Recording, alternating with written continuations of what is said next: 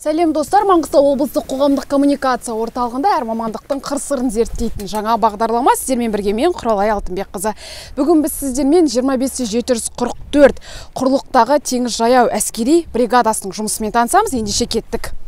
Біз қонаққа келген жер Қазақстан Республикасы қарулы күштерінің батыс өңірлік қолбасшылығына қарасты теңіз жаяу әскери бригадасы. Мұнда жылына 1000-нан аса сарбаз әскери борышын өтейді. Бағдарламамыздың алғашқы санында әскерилердің өмірін көрсетуден бастағанымыз бекер емес, себебі биыл Қазақстан Республикасы қарулы күштеріне 30 жыл. Мақсат әскерде борышын өтеп жүрген жас сарбаздардың тыныс тіршілігімен танысып, бір күндік өмірін көрсету.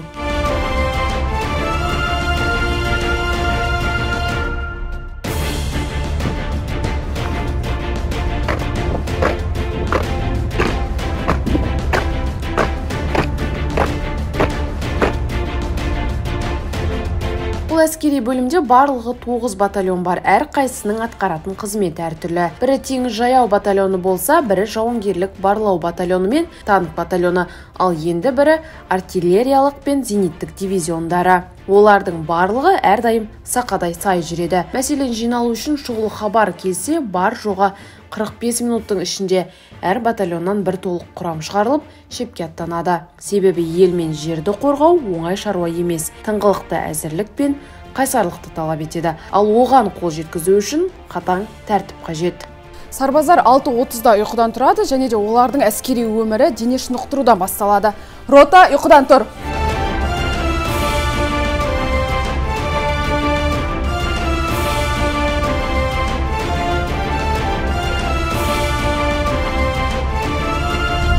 Сарбаздардың әрбір күні жоспарға сәйкес өтеді. Күнделікті оқу-жаттығу жұмыстары мен кезекшілік, әскери дайындықтары бар.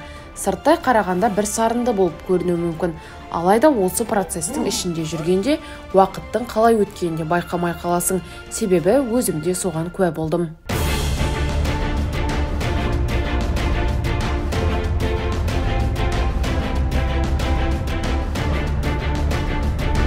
Әңгіме аяқталды. Енді оқу-жаттығу жұмыстарын жасау керек. Жүгіру, турникке тартылу, кедергілерден өту.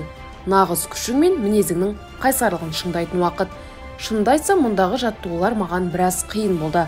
Ал менің жанымдағы серіктерім мұндай жаттығуларға әбден ет үйренген екен. Себебі олар барлығын әп-сәтте орындап шықты. Маған да бағыт-бағдар сілтеп көмектесіп жүрді.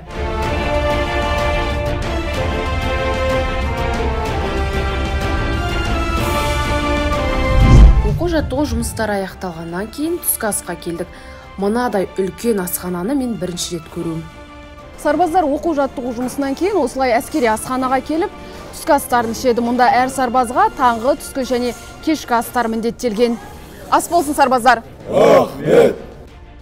Сарбаздармен түскі асқа барып келген соң, оқу-жаттығу жұмыстары басталғанша олармен біраз сыр тартып, әңгіме айтып та үлгердім. Тіпті көптеген терминдерді де білдім.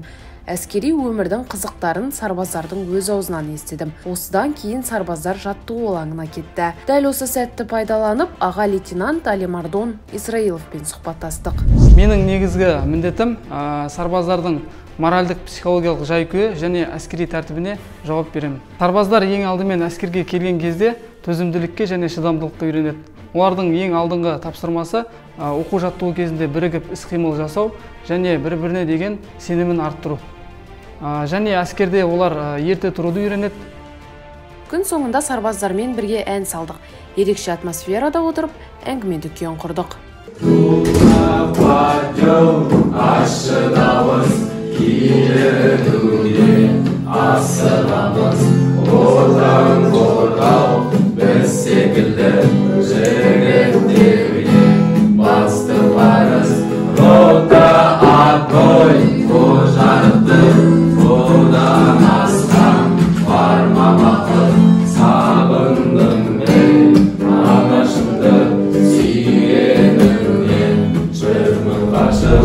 Мамыр отан қорғаушылар мерекесімен шын жүректен құттықтаймын. Осымен біздің әскерилермен өткізген бір күніміз өз мәресіне жетті. Келесі кездескенше сау болыңыздар.